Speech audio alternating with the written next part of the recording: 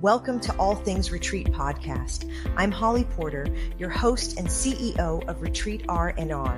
With over 25 years of experience in designing transformative retreats, I'm here to share insights and inspiration to help you create extraordinary experiences. Whether you're a pro or just starting out, you'll find valuable ideas here. Enjoy the ride. Let's dive in. Hi, welcome to the show, everyone. We are here today with Monica Walls, and she has a deep-rooted passion for people, culture, and values. She's built a career dedicated to fostering meaningful human connections and championing purpose-driven initiatives. Her professional journey began in Silicon Valley, where she served as an HR executive, seamlessly blending corporate responsibility with her commitment to community engagement through volunteer efforts and food drives, walkathons, and support for women's shelters. Driven by a desire to create something uniquely her own, she eventually transitioned from the corporate world to pursue an entrepreneurial path. Inspired by her Croatian ancestry and travels, Monica founded Keka. Oh, I'm going to say that wrong. Say that for me. Keka's Usna. Oh, thank you. A lip color collection that reflects her heritage and diverse stories of the people that she has met along the way. Unsatisfied with the limitations of his existing lip products, some too sticky, others drying, she set out to develop a formula that is long-lasting, hydrating, and comfortable to wear. Each shade from, I'm not going to say that again, our company, tells a story of celebrating individuality, connection, and authenticity while embodying the values that have guided Monica throughout her personal and professional life. So welcome to the show. Thank you so much. Let's talk about that for a minute, because I know, is that in a different language? So Keka's Usna, it is. So Keka was my nickname as a teenager, and Usna is Croatian for lip, and I'm Croatian. So once I decided to do something different than a corporate life, I thought I was going to make it completely personal and just give a nod to my heritage and make it a passion project and have so much fun with it. I love that. Well, how come that was your nickname? How do you say it? Keka. Keka. You know, I don't even know how it came to be, but my best friend in like 7th or 8th grade started calling me Keka, and it just kind of stuck. My cousins called me Keka. One of my aunts called me Keka, and it just kind of stuck for a long time. And then once I was an adult, it went away. But when I thought about launching this company, because I wanted to do something personal, I was like, okay, let's go back to something that felt supernatural and super fun. Yeah, that's awesome.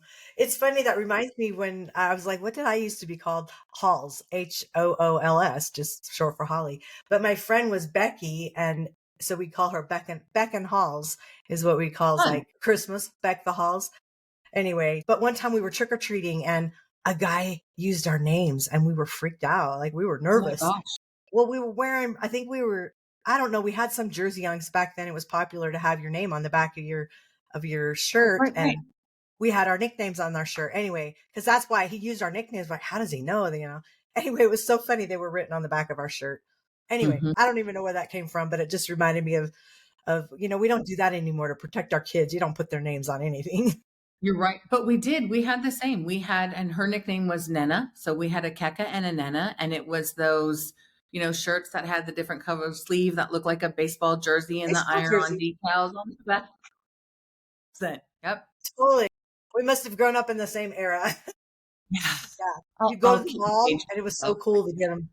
They It put was the super iron cool. on. Yeah, Exactly. it was funny. Well, I Yeah. would like to bring your expertise to some of our retreat leaders. So most of our listeners are aspiring retreat leaders or existing retreat leaders, just looking for tips and things that they can make their retreats better. Or Mhm. if they're not doing them, ideas they can get. I always share that it's better to find someone who's already paved the way and just go in their tracks rather than to build your own, because that's always a challenge. So let's let's make this more business talk, because you've got the background from corporate and then you moved into the entrepreneurial world. So give us a little bit of that story of how that transitioned and what your thought process was in that. Sure. So I'm born and raised in Silicon Valley, And I loved HR, and what I did, and working for startup and growing companies, was able to come into many organizations and really build from the ground up. And that was the most satisfying thing. And then, times changed, COVID hit, how we worked changed. And I was at home just doing a bit of consulting. And one of my childhood friends said, "Hey, you've had an idea for lipstick since grad school. If you don't do this now, you're never going to do it." And of course, I came up with all the reasons. Oh my gosh, I can't do that. I need to do different things. I don't know where to get started. And he was quite the champion and said, "You can do this, and I can even help you, help point the direction." He had done some things in merchandising, and I was like, you know what? He's right. I can completely do this. And then I just thought, okay, then let's just go full out and do it. So hence the name of my company. Purple's my favorite color. So you see that represented in my brand. And then I took an even more personal approach and went, okay, so my models are going to look like my friends and my family and people hang out with and everyday women. And my niece is on my website and all over my socials. She's the brunette that's proudly there all the time. And I just did a photo shoot a couple weeks ago, brought women I met from women's groups that I belong to. I love their look. I love their energy. We had so much fun. So I really just approached this like, this is going to be a passion project, but it's going to be a company and it's going to work really well. And I had a problem to solve. So like you said earlier, the problem was that some lipsticks, my favorite long lasting was drying, and my favorite couple of lip glosses were either sticky or they were gone in 10 minutes. So I wanted something that did everything. I wanted something that lasted. I wanted something that I could put a gloss over and it could be just a little bit of a shine, but not take off all of my color. And really excited with my formulation and have done exactly that. I can't wait to order it. We talked a few weeks ago and then I forgot. You just get busy, but I have it up on my screen now. So when we get off, I'm going to get some ordered because I'm excited to try it. I'm kind of a lipstick snob. By trade, I'm a master esthetician and a hairdresser. So I had a salon and spa for 20 years and we sold bare essentials in there. And I never liked any of their lipstick. I love their makeup and their skincare, but I did not like the lipstick. And I like stains that I only have to put on something that's going to stay. Maybe I reapply twice in a day and I'm good. Even with eating and wiping, I want it to stick. Yep. So I'm excited to try it. I'm just excited that you brought this out and that you followed your dream, because that's a lot of people get stuck up in that. Well, how many years did it take you? Let's just talk about that. How many years were you thinking about this from college to now? How many years went by? I wasn't. It was literally a project we had to do for, my master's program. And then I shelved it. But he was one of the, people I've known since childhood who knew about it. And he had brought it up and I was like, oh yeah, you're right. Now it's very different than the idea I had in grad school, of course, just because that was forever ago. But it was still something that I came up with. And it helped me kind of figure out what I wanted in a brand. You mentioned clean brand, Bare Essentials can be really clean. So my lipstick is gluten-free, it is paraben-free, cruelty-free, vegan-friendly, like all the good stuff. So you can appreciate that with what you're putting on your skin. And you mentioned ordering. So I will tell you that this week, National Lipstick Day was the 29th, so just a couple of days ago. And I'm running a special. So it's a buy one, get one. And I'm going to leave that up for a week or so. We'll see how that goes. But the code is automatically embedded into the website. So that'll give you an option to try a couple different colors. And it's so much fun. I really loved HR, but this is so much more fun than HR. It's unbelievable. Okay, so since we're talking about the code, I didn't clear this with you before, but I'm wondering if we could make a special code if they missed that cell, if they're a retreat leader that is thinking this would be a great thing to put in my swag bag for my retreat. We talked a little bit about that, but do you think there's something special we could do for this audience that maybe if they're listening to this in 6 months and they've passed the cell, they could do something special to order? Yeah, so we can call it a retreat 20. So retreat 20. I'll create that code when we're done today, and then it'll be live for folks and they can come and try it. And I'm always available. You can reach out to me, DM on my socials or through my website, and happy to have a chat with retreat leaders. I think it's important to make sure that you're giving women things that they can use and things that you feel good about and that you're comfortable with. I love when I go to a conference and I get a bag of things that I need or that I want or that I'm interested in, then it feels like a real treat. You're like, ooh, I got this really cool bag. It's not another, I don't know. When I was in HR, I can't tell you how many little squeezy toys, those little stress balls or those things filled with sand. We used to come home from conferences with like 50 of those. Lipstick is so much more fun. Yeah. Yeah. Oh, for So sure. I think I'll add the link in the show notes, not just yours, but I think I'll add, we have a swag bag idea, little freebie that we just let people have. And it nice. has, I think, 4 or 5 pages of ideas in categories that you can add. So I know we have chapstick in there. I don't think we have lipstick, but I'm sure you have something neutral enough that would fit anybody, or a gloss, of course. And I do. anyway, I do. I My love it. clear gloss is really hydrating. So I've run across a few people who they just don't like color, or they have that amazing natural pigment to their lips where they don't. Yeah, lucky them, right? Lucky them. So That's mine's skin so color is great. my skin, which is white, really, really white. You and me both. And so I do have a clear gloss that is really great. I have a matte finish, and that'll give you an easy 10 to 12 hours. You mentioned putting it on, 2 or 3 times a day. I put my lipstick on once. One time per day, and I use my matte finish and it lasts all day long. I will put a clear gloss over it sometimes throughout the day, depending on how much I'm talking or, obviously eating and drinking. And it just kind of brightens up the color just the tiniest bit because it gives it a little more moisture, but it's really good. It doesn't take the color off. So I really Yeah, I was love going it. to ask you that, because a lot of times when I put a gloss over my lipstick, it doesn't wear as, it'll still wear pretty long, but not as long. But regular lipstick it just doesn't stay on. No. Yeah. And I'm with you. And I'm one of those people who, since I was 15, I need a lip liner. Otherwise, it goes all over my face. I don't have that perfect bow shaped lip that so many women have. And the liner just helps give me like the outline for the color to stay within. And so it works really well for me. Yeah, I think that's brilliant. I know I'm hit or miss with liner. I usually do it first thing in the morning, but when I reapply, I don't always have it handy on me. So, and I usually have the same colors. And so I keep it in my makeup and I keep one in my purse, just so it's usually the color I'm wearing right now. It's just enough. It's not, I love the color you're wearing though. That would look so good on me right now It's with my this shirt. plum. So this is my plum. It's kind of what I wear every day. I will wear my red on occasion, and my wine is more my like va va voom going out color, if you will. A lot of people, the red is that for them, but my wine is that for me. This is my plum. I wear it just about every single day, and I love it. It goes with everything I'm wearing. It's not too bright. It's not too muted. It's the perfect color for me, and I really love it. So yeah. And Yeah. my mat comes with a matching liner, so you never have to worry about it.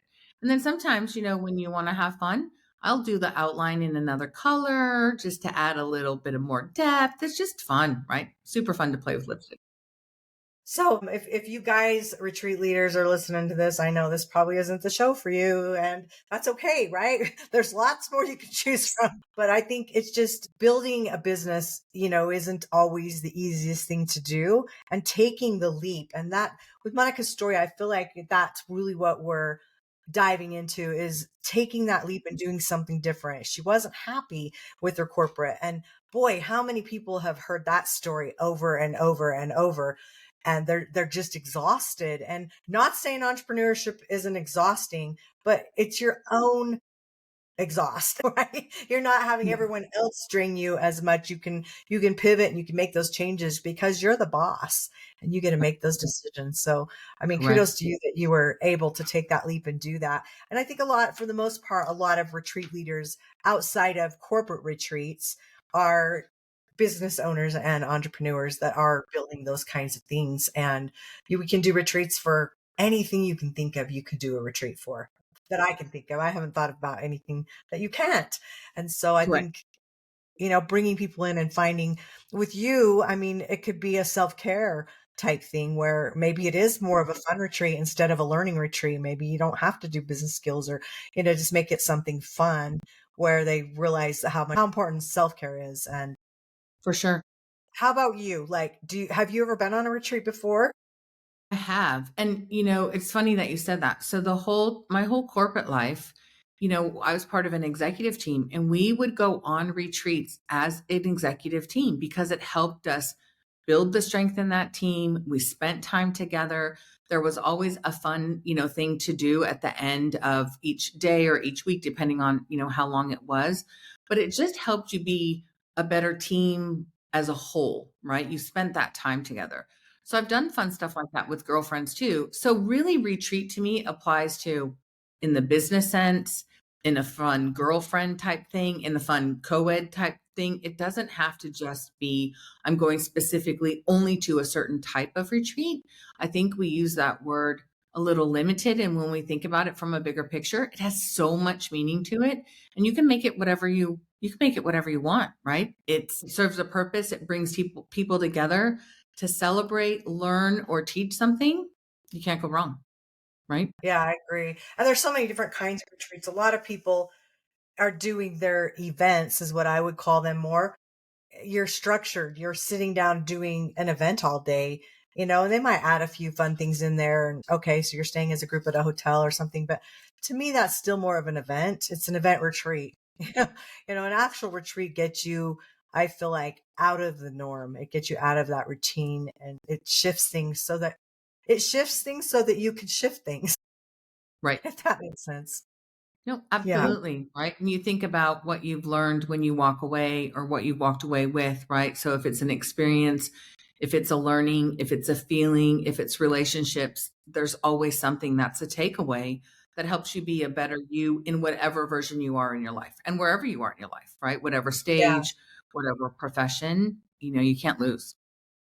Yeah, I think so. So do you talk about self-care at all with your business? I mean, to women at all? Is that part of I mean, your I do. But so I do a bit about my journey, right? Like I really wanted to not do it because I was scared. So I wanted to, you said the phrase, take a leap of faith, and that's exactly it. So I wanted to make sure that I did this for all the right reasons. It wasn't part of a plan. It was never I'm going to get to this stage and then do that. So I talk about self-care in a little bit of a different way. I think it's never too late to do something that you want.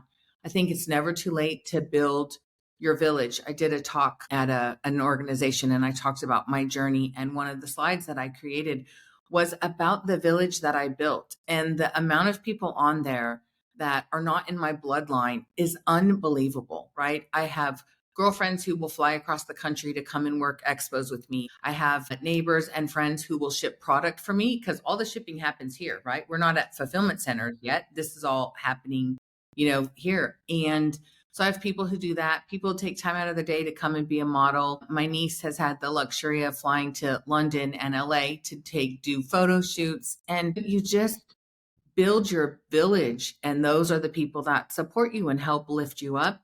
So that's part of self-care too, recognizing what you need and where you can get it from. And so I do talk about that, quite a bit. I talk about having fun. I talk about finding balance. It's never too late. Don't be afraid. Just try it. And one of the biggest things is ask for help when you need it, right? Reach Mm, out and say, I need a little bit of help with this. Do you know somebody who's an expert in this area? I'm curious about, whatever it is. To this day, before I publish an article on LinkedIn, I send it to anywhere between 1 and 3 friends and say, hey, give me your thoughts. And one of them is a man because I want to make sure that it's relevant for him too, right? It's not yeah. just women focused. I do have a unisex hydrating, kind of made especially for men, but I call it a unisex product.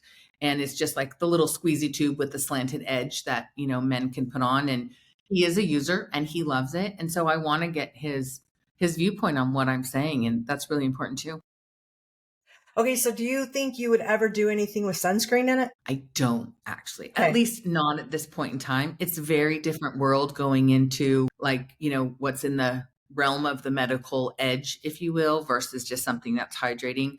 I'm really comfortable knowing what I've learned. This has been a huge learning process. And I kind of approach this thinking, oh, I can figure all these things out. And sometimes there are moments like, maybe not so much, right? It took a little bit longer to get it, but you get it and you learn. But I think anything in that realm is not in my wheelhouse and not in my future. Do you see yourself adding products over the years I or just do. I actually I'm going to stick with lips, but I'm going to add more colors. So Okay. I'm working on a couple that I'm hoping to have out by the holidays this year, and talking with my factory actually tomorrow. So we'll see the timing on that. But right now it's just on lipstick and lip liner and lip gloss. And how many colors do you have now in the line? So currently I have 5 available in a matte finish. I have 8 available in a gloss finish. And then I have the clear and the unisex as well. Okay. Do you have them separated? I'm way into coloring because obviously hairdresser, forever. Do you have them in warms, cools? Does it say that when it describes what color the color actually is? The tones, or does it say, or is that? It does not, but it is so funny that you asked that. I am going to be doing a collaboration with somebody who is a color analyst. I sent her a picture with no makeup on. She sent me back what my colors are, and I was so excited to see that I was doing all the right things. So we Yes. actually are going to do a collaboration together and are currently working on our slides to show how my colors go with what she analyzes and what's cool and what's warm. I learned so much from her, and we're going to do that at the end of August. So it's really Yeah. funny. It's Okay. so funny that you asked that, because I didn't even I was happy mention to it do to you. that on that stuff Yeah. too, because I did professional color analyzing, and I was my whole team Um, because I could do hair, skin, everything. I nice. was doing energy work. I was doing closet revival shopping. I probably would still do that if somebody asked me because it was so much fun. I'd go for 2 days. I'd fly to them and we'd just play for 2 days. But I just asked Really? that because, like me, I'm all warm. Being a redhead, I can't wear cool colors at all. So lipsticks would matter, right? Yep, it does. I mean, And they I can do make you tell white people, or yellow. it's true, but I do tell people, I think, like, wear what makes you feel good too, right? Like, celebrate yourself, how you feel comfortable, how you feel confident. I mean, it's the dead of summer and I'm wearing a black dress right now. It's a short dress, but it's still black. And a lot of people would say, "Oh, you shouldn't wear black in the summer." It's fine. I think wear what makes you feel good, what makes you look good, because then you feel better about it. I have a friend who only wears red lipstick. I have a raspberry, and every single time she's around me, she's like, "Look, I'm wearing my raspberry because it's so different and it's such a bright color and it looks fabulous on our skin." She said, "I would have never bought this in the store, but I love this color." So, Yeah. wear And what I'm makes not you sure feel. the red or the raspberry I'd wear because like I said, I feel like those are more cool tone colors. The one you have on, definitely, I might have to just get a couple of those because that's, Plum wine. Yeah, I love it. My blush could be fun for you too. It's like a nude with just a hint of a pinky, but it's got a nice base to it. So it's just the women who have those naturally colored lips that look so good. It makes me look like that. So it makes me look like that's my natural lip, which is so amazing. But yeah, it would be nice if I had that. all Yeah. right. All right, guys, if you're still listening to this, I know you're rolling your eyes. Here we Well, are. but It's guys, okay. but the guys are good, right? I have a men's product and they can help pick out things for their women. I have had a few men buy colors. So, of course, I get sales from men, but I have sales from men buying things for, I'm assuming, their wives or their girlfriends. And I've even had some reviews of, I picked out this color. My wife really liked it. I was like, okay, that's fantastic. I love it. All right. Picking a color I for your would wife. consider a lip scrub. I think a lip scrub is something fun to have in a line too, just to keep everything exfoliated. And I think the lipstick stays on better when your lips are exfoliated too, for Correct. sure. Yeah. And that could be interesting, right? Like a lip mask, a lip scrub. There's things that you can do. And so maybe as I get farther down, Yeah. but I definitely Yeah. want to keep it in the lips. But yeah, it could be really fun. I love playing with things and finding things that work, right? When you get that, because of course I went through the whole process and, samples were being sent to me left, right, and Oh, center to yeah. find the right ones. And when I got my first samples was like 2 years ago, right before 4th of July. So just 2 years now. And I had friends coming over for 4th of July, and I said, everybody pick a color and a finish. This is what you're going to wear for the day. And we're going to test and see how it goes. And we were in the pool and eating and drinking. And it was great to see how it wears on different skin, right? Like if you're oily or dry, if you've got sunscreen on, if you don't. So it was a perfect test. We're looking at cups halfway through the day. How much is on the cup? How much is left on your face? How long have you been in the pool? Like, Yeah. it's a great way to test. My friends are good Document guinea that. pigs. Pardon? Did you document that? We did. It was fun. Good. Good. It Good. was fun. Oh, that's good. Yeah. I love that. Yeah. Well, I think if our listeners are listening, I mean, talking about taking leaps and just if you have something on your mind or in your heart that you want to do or you've been thinking about for years, what's stopping you?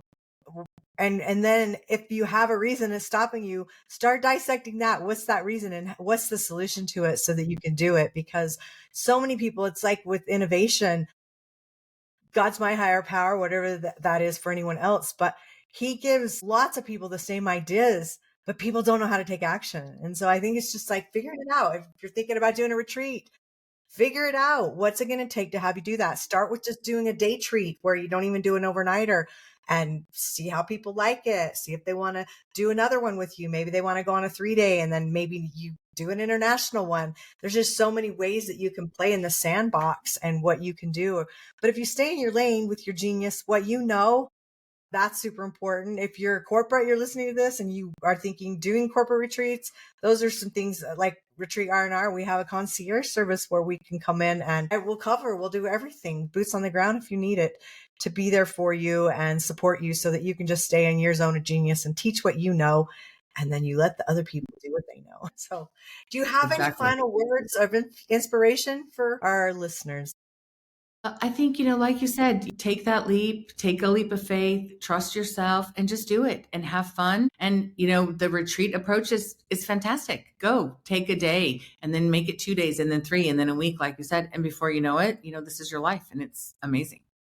So, do you guys have a lip slogan yet? So not really a slogan, I would say. Lots of things that we say, but not really a slogan. You have something rattling around in there that you're thinking? I'm really good at thinking of things. So just the thought popped up. So I thought, we should just see.